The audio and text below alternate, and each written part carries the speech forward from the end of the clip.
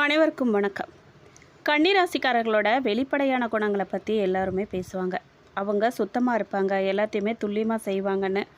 ஆனால் யாருக்கும் தெரியாத அவங்களோட வெளியில் காட்டிக்கொள்ளாத பல ரகசிய குணம் இருக்குது. கன்னிராசிக்காரங்க அப்படின்னாலே ரொம்ப கண்டிப்பானவங்க, கோவக்காரங்க, எல்லாமே கரெக்டாக இருக்கணும்னு நினைக்கிறவங்க தான் பலரும் நினச்சிட்ருக்காங்க. ஆனால் அது அவங்களோட வெளிப்பக்கம் மட்டும்தான். அவங்களுக்குள்ள யாருக்கும் தெரியாத, அவங்க வெளியே காட்டிக்காத 5 அதிர்ச்சியான உண்மைகளும் ரகசிய குணங்களும் இருக்குது. அது என்னன்னு விரிவாக இந்த வீடியோவில் தெரிஞ்சுக்க போகிறோம். நீங்கள் கன்னிராசியாக இருந்தால் இதெல்லாம் உங்களுக்கு பொருந்துதான்னு சொல்லி கமெண்ட் பாக்ஸில் பதிவிடுங்க. 1 ஓவர் திங்கிங். மனசுக்குள்ளே ஓடக்கூடிய உலக போர்னு சொல்லலாம். கன்னிராசிக்காரங்க வெளியே பார்க்க ரொம்ப அமைதியாக கூலாக தெரிவாங்க. ஆனால் அவங்க மூளைக்குள்ளே ஒரு செகண்டு கூட ஓயாமல் ஏதாவது ஒரு விஷயம் ஓடிக்கிட்டே இருக்கும்.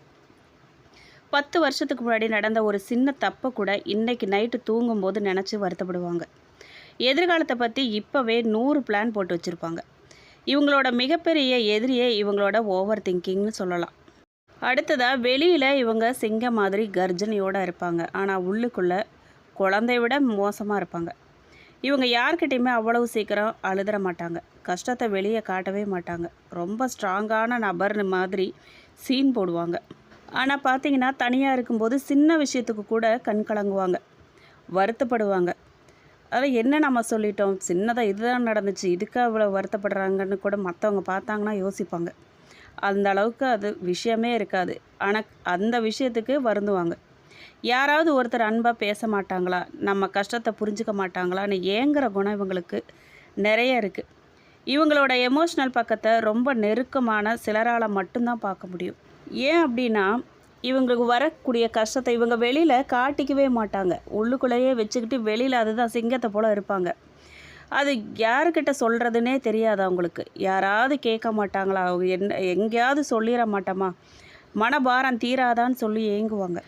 கன்னிராசிக்காரங்க கிட்ட நீங்கள் ஒரு ரகசியத்தை சொன்னால் அது அவங்க உயிரே போனாலும் ரகசியம் வெளியில் போகாதுங்க. சுற்றி இருக்கிறவங்க என்ன பண்ணுறாங்க, யார் நல்லவங்க, யார் நடிக்கிறாங்கன்னு இவங்க அமைதியாக கவனிச்சுட்டே இருப்பாங்க. யாராவது கஷ்டத்தில் இருந்தால் அவங்க கேட்காமலே போய் நைஸாக உதவி செய்கிற குணம் இவங்களுக்கு இருக்குது. ஆனால் இவங்க கஷ்டப்படும் போது யார்கிட்டையும் உதவி கேட்க மாட்டாங்க. ரொம்ப தயங்குவாங்க. நமக்கு உதவி வேணுங்கிறதையோ நம்ம படுற கஷ்டத்தையோ இவங்க வெளியில் காமிச்சிக்கவும் மாட்டாங்க, சொல்லிக்கவும் மாட்டாங்க. வெளிப்படையாக கேட்டாலாவது பரவாயில்ல, உதவியும் வாய் திறந்து கேட்க மாட்டாங்க. அடுத்ததாக, ஆறுதல் சொல்லுவாங்க. ஆனால் அட்வைஸ் பிடிக்காது இவங்களுக்கு. மற்றவங்களுக்கு ஏதாவது பிரச்சனை அப்படின்னா சூப்பராக ஐடியா கொடுப்பாங்க, வழி நடத்துவாங்க. ஆனால் அவங்க வாழ்க்கையில் இன்னொருத்தவங்க வந்து இதை செய் அதை செய்யாதேன்னு அட்வைஸ் பண்ணாலோ இல்லை அப்படின்னா கண்ட்ரோல் பண்ண நினச்சாலும் இவங்களுக்கு சுத்தமாக பிடிக்கவே பிடிக்காது. இவங்க ஃப்ரீ பேர்டாக இருக்கணும், சுதந்திரமாக இருக்கணும். இவங்களோட சுதந்திரத்தில் யாராவது தலையிட்டாங்க அப்படின்னா எவ்வளவு நெருக்கமானவங்களாக இருந்தாலும் சரிங்க, அவங்க தள்ளி வச்சுருவாங்க. அடுத்ததாக, துரோகத்தை மறக்கவே மாட்டாங்கங்க. உயிர் போனாலும் துரோகத்தை மறக்க மாட்டாங்க. எப்படி ரகசியத்தை வெளியிட மாட்டாங்களோ அதே மாதிரி தான் துரோகத்தை மறக்கவே மாட்டாங்க. கன்னிராசிக்காரங்க ரொம்ப சகிப்புத்தன்மை உடையவங்க, அன்பானவங்களுக்காக எதையுமே தாங்கக்கூடியவங்க. ஆனால் ஒருத்தர் வேணும்னே இவங்களுக்கு துரோகம் பண்ணிட்டாங்க அப்படின்னா அது அவ்வளோதான். அவங்கள பழி வாங்கலாம் மாட்டாங்க. ஆனால் அவங்க பண்ணின துரோகத்தை ஆயுசுக்கும் மறக்க மாட்டாங்க. அந்த நபர் பேச்சை குறைச்சிப்பாங்க. இல்லை அப்படின்னா அவங்க வாழ்க்கையிலேருந்தே மொத்தமாக தூக்கி வீசிடுவாங்க. மறுபடியும் பழைய மாதிரி பழகவே மாட்டாங்க. அவங்க பழகணும்னு நினச்சாலும் நெருங்கணும்னு நினச்சாலும் இவங்க இம்மையளவு இடம் கொடுக்கவே மாட்டாங்க. கன்னிராசிக்காரங்க வெளியே பார்க்க கராரானவங்களாக தெரிஞ்சாலும் கூட உள்ளுக்குள்ளே தங்கம் மாதிரி மனசுக்காரங்க. இவங்களை புரிஞ்சுக்கிறது கொஞ்சம் கஷ்டந்தாங்க. கொஞ்சம் இல்லை, ரொம்பவே கஷ்டம்தான். ஆனால் புரிஞ்சுக்கிட்டீங்க அப்படின்னா இவங்கள மாதிரி ஒரு நல்ல நண்பரோ பார்ட்னரோ கிடைக்கவே மாட்டாங்க. கன்னிராசிக்காரர்களே, இந்த வீடியோவில் சொன்னது எத்தனை பேருக்கு எத்தனை % ஒத்து போகுதுன்னு சொல்லி கமெண்ட் பாக்ஸில் பதிவிடுங்க. இது வரைக்கும் கன்னிராசிக்காரங்க பட்ட கஷ்டமும் வேதனையும் கொஞ்சம் நஞ்சம் இல்லைங்க, ஏராளம். உழைப்புக்கு கிடைக்காத அங்கீகாரமும் அவமானமும் இவங்க நிறைய பார்த்துருப்பாங்க. கன்னிராசிக்காரங்க ஒரு இடத்துல வேலை பார்க்குறாங்க, இல்லை அப்படின்னா குடும்பத்துக்காக உழைக்கிறாங்க அப்படின்னா இவங்களை வருத்திக்கிட்டு 100% உண்மையாக உழைப்பாங்க. முதலாளிக்கு உண்மையாக இருப்பாங்க, செய்கிற வேலைக்கு உண்மையாக இருப்பாங்க, அதை சரியாக செய்யணும்னு நினைப்பாங்க. ஆனால் இவங்க பண்ணின உதவிக்கோ உழைப்புக்கோ பல நேரங்களில் தகுந்த மரியாதையோ அங்கீகாரமோ கிடச்சிருக்காது. இது நிச்சயமாக நடந்திருக்கும். நீ என்ன பெருசாக பண்ணிட்ட அப்படின்னு ரொம்ப சாதாரணமாக மற்றவங்க இவங்களை கடந்து போயிடுவாங்க. மனசுக்குள்ளே ரத்த கண்ணீர் வடிச்சிருப்பாங்க இவங்க. என்னதான் மாடாக உழைச்சாலும் அங்கீகாரம் கிடைக்கலையே, ஒருத்தர் கூட பாராட்டலையேன்னு சொல்லி நொறுங்கி போயிருப்பாங்க. ஏண்டா பிறந்தோன்னு சொல்லி கூட வருந்திருப்பாங்க. பல இடங்களில் இவங்களோட நல்ல குணத்தை மற்றவங்க அவங்களுக்கு சாதகமாக பயன்படுத்தி ஏமாற்றிருப்பாங்க. கடன் பிரச்சனையும் பொருளாதார நெருக்கடியும் இவங்க நிறைய சந்திச்சிருப்பாங்க. இவங்க காசு பண விஷயத்தில் ரொம்ப திட்டமிட்டு நடக்கக்கூடியவங்க தான். ஆனால் இவங்களோட கஷ்ட காலத்தில் இவங்களுக்கு உதவி செய்ய யாருமே முன் வந்திருக்க மாட்டாங்க. இவங்க கஷ்டப்படுறவங்கள பார்த்தாலே போதும், அவங்க சொல்லணும்னு கூட அவசியம் இல்லை. தானாகவே போய் முன் வந்து உதவி செய்கிறவங்க. ஆனால் இவங்க கஷ்டப்படும் போது யாராவது உதவி செய்யணும்னு கூட நினச்சிருக்க மாட்டாங்க, முன் வரவே மாட்டாங்க. இவங்க மற்றவங்கள நம்பி பணம் கொடுத்தோ இல்லை ஜாமீன் கையெழுத்து போட்டோ பெரிய சிக்கலில் மாட்டியிருப்பாங்க. இவங்களுக்கு வராத பணத்துக்காக மற்றவங்க செஞ்ச தப்புக்காக இவங்க கடன்காரங்க கிட்ட அவமானத்தையும் தலைக்குனைவையும் சந்திச்சிருப்பாங்க. அந்த சூழ்நிலை நிறைய இவங்களுக்கு உண்டாயிருக்கும். இவங்க மற்றவங்களுக்கு வாரி வாரி கொடுத்துருப்பாங்க. ஆனால் இவங்க கையேந்தும் போது சொந்த பந்தம் கூட முகத்தை திருப்பிட்டு போயிருப்பாங்க. பின்னாடி போய் கேவலம் பேசுவாங்க. பிள்ளைங்களால் இவங்க பட்ட கஷ்டமும் வேதனையும் கவலையும் ரொம்ப அதிகங்க. இவங்க பிள்ளைங்க வாழ்க்கையில் நல்ல நிலைமைக்கு வரணும், ஒழுக்கமாக இருக்கணும்னு இவங்க அளவுக்கு யாருமே யோசிக்க மாட்டாங்க. பிள்ளைங்களுக்காக அவங்களோட ஆசைகள் எல்லாம் தியாகம் செஞ்சுருப்பாங்க. ஆனால் பிள்ளைங்க இவங்களுடைய கண்டிப்பை தப்பாக புரிஞ்சுக்கிட்டு உனக்கு எப்போ பார்த்தாலும் குறை சொல்கிறது தான் வேலைன்னு இவங்களை காயப்படுத்தியிருப்பாங்க. பிள்ளைகளோட படிப்பு, வேலை, அவங்களோட எதிர்கால வாழ்க்கை, திருமணம் இதையெல்லாம் நினச்சபடி அமையாமல் தள்ளி போயிருக்கும். அதனாலேயே முக்கால்வாசி இவங்க நொடிஞ்சிருவாங்க. இல்லை அப்படின்னா பிள்ளைங்க இவங்களோட பேச்சை கேட்காம தன்னிச்சையாக முடிவு எடுத்து கஷ்டப்படும் போது அதை நினச்சி இவங்களால் தூங்க முடியாமல் இவங்க தவிச்சிருப்பாங்க. எப்படி இவங்க பேச்சை கேட்காம தன்னிச்சையாக செயல்பட்டதால் அவங்களால முன்னுக்கு வர முடியாமல் தன்னிச்சை முடிவால் கஷ்டப்படுறத இவங்க பார்த்து வருந்துவாங்க. நம்பிக்கை துரோகம், உறவுகளுக்குள்ள பிரிவையும் மன உளைச்சலையும் நிறைய இவங்க பட்டிருப்பாங்க. இவங்க யார்கிட்டையுமே அவ்வளோ சீக்கிரம் ஒட்ட மாட்டாங்க. ஆனால் ஒருத்தரை தான் ஆளுன்னு நம்பிட்டாங்க அப்படின்னா அவங்களுக்காக உயிரை கூட கொடுக்க ஒரு நிமிஷம் கூட யோசிக்கவோ தயங்கவோ மாட்டாங்க. இவங்க யாரை ரொம்ப உசுராக நம்புகிறாங்களோ அவங்க தான் இவங்களுக்கு முதுகில் குத்து துரோகத்தை பண்ணியிருப்பாங்க. இதில் சந்தேகமே கிடையாது. கூடவே இருந்து குழி பறிக்கிறவங்க தான் இவங்க வாழ்க்கையில் பல முறை வீழ்ந்திருப்பாங்க. அதனால் இதுதாங்க விதிங்கிறது. இவங்களோட அன்பு கோபமாக வெளிப்படும் போதெல்லாம் உறவுகள் இவங்களை பிடிவாதக்காரங்க, அட்ஜஸ்ட் பண்ணிக்க தெரியாதவங்கன்னு முத்திரை குத்தி பிரிஞ்சு போயிருப்பாங்க. வெளியே பார்க்க வேகம் உள்ளவங்களாக தெரிஞ்சாலும் இவங்க கடந்து வந்த பாதையில் நிறைய அவமானங்களும் துரோகங்களும் மட்டும்தான் மிச்சம். மற்றவங்களுக்காக உழைச்சே இவங்களோட வாழ்க்கை தேஞ்சு போயிருக்குன்னு சொல்லலாம். கடனாலையும் குடும்பத்துக்காகவும் இவங்க பட்ட கஷ்டம் வெளியே சொன்னால் இவங்களோட ஈகோ தடுக்கும். வெளியே சொல்லவும் மாட்டாங்க, காட்டிக்கவும் மாட்டாங்க. அதனால் எல்லாத்தையுமே மனசுக்குள்ளேயே போட்டு பூட்டி வச்சுக்கிட்டு வெளியே சிரித்த முகத்தோட நடமாடுறாங்க. ஒரு நடபணமாக இவங்க வாழ்ந்துட்டுருப்பாங்க. இவங்க வாழ்க்கையில் சந்தித்த அவமானம், கடன் பிரச்சனை, மன அழுத்தம், மன வேதனை இதிலிருந்து விடுபட்டு ஒரு புது வாழ்க்கை, நிம்மதியான வாழ்க்கையை தொடங்கணும் அப்படின்னா ஆன்மீக வழிபாடும் பரிகாரமும் உங்களுக்கு உதவி செய்யுங்க. என்ன அப்படின்னா நீங்கள் வழிபட வேண்டிய தெய்வம் அப்படின்னு பார்த்தீங்கன்னா முதன்மை தெய்வம் ஸ்ரீ மகாவிஷ்ணு, புதன் பகவான்.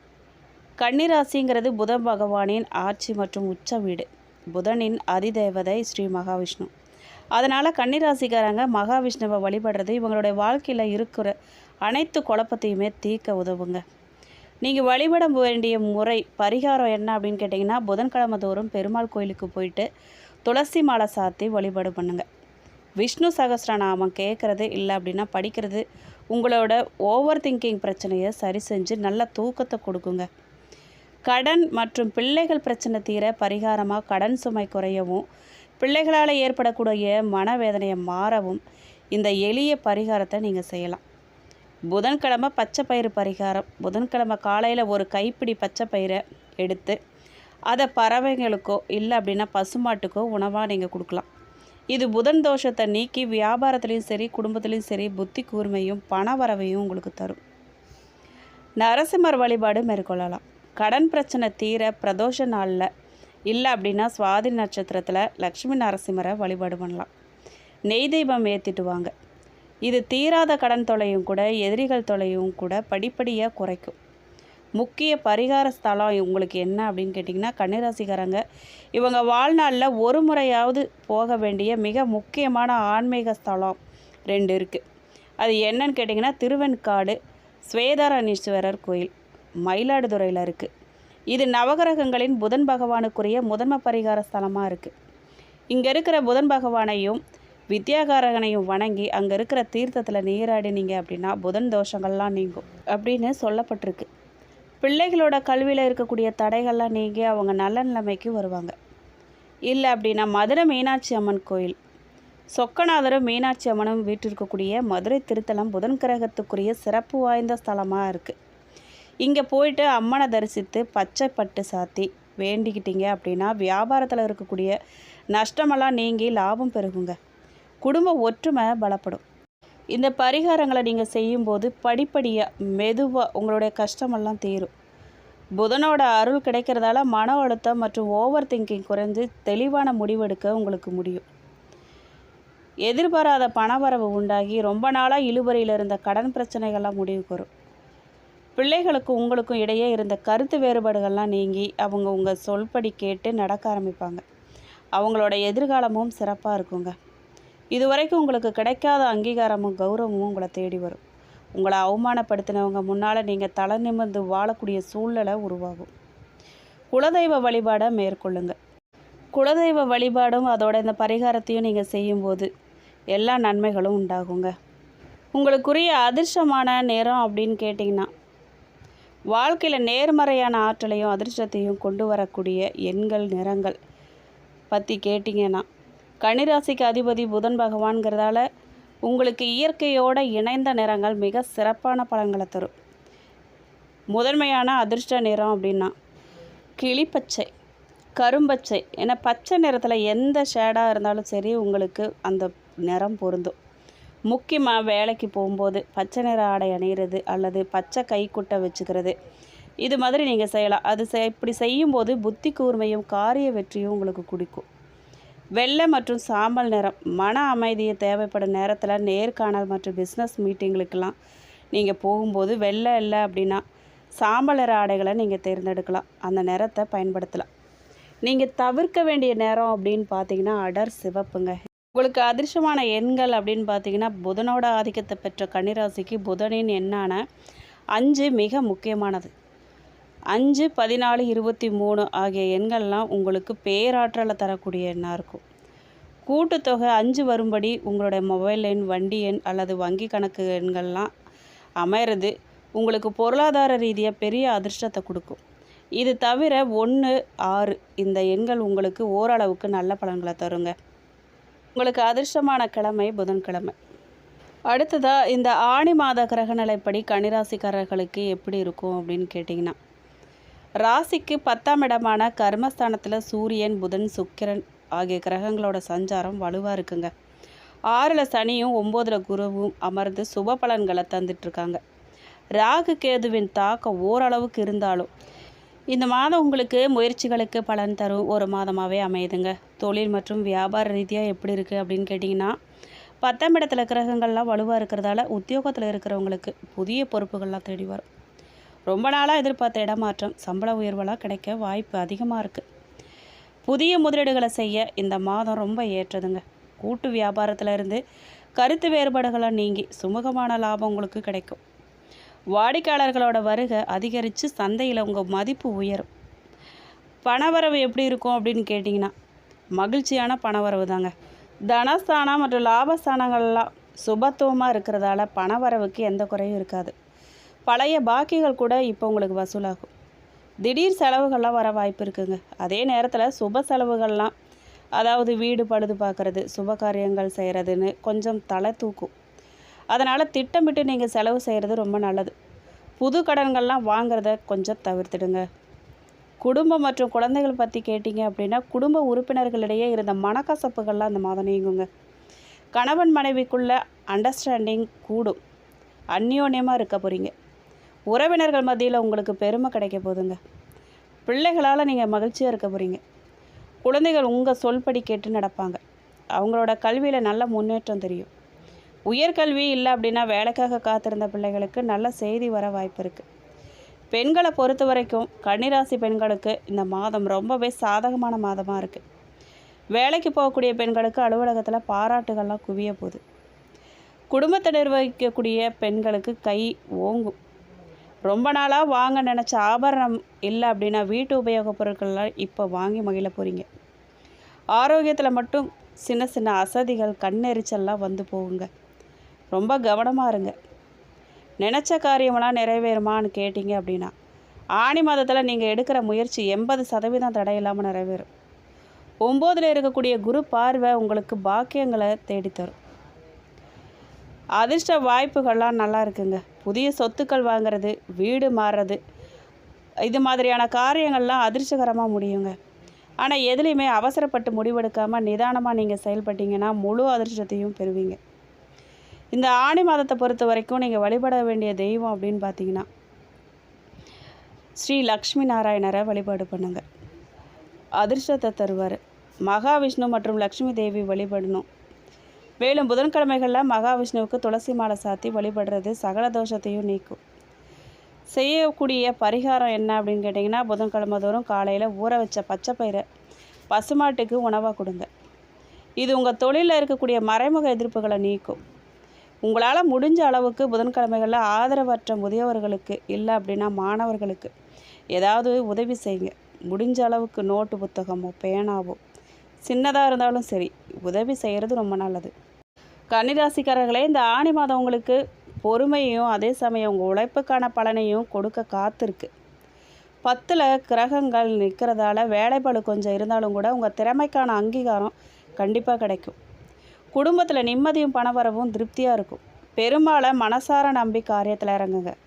இந்த மாதம் உங்களுக்கு பொன்னான மாதமாக மாறும்.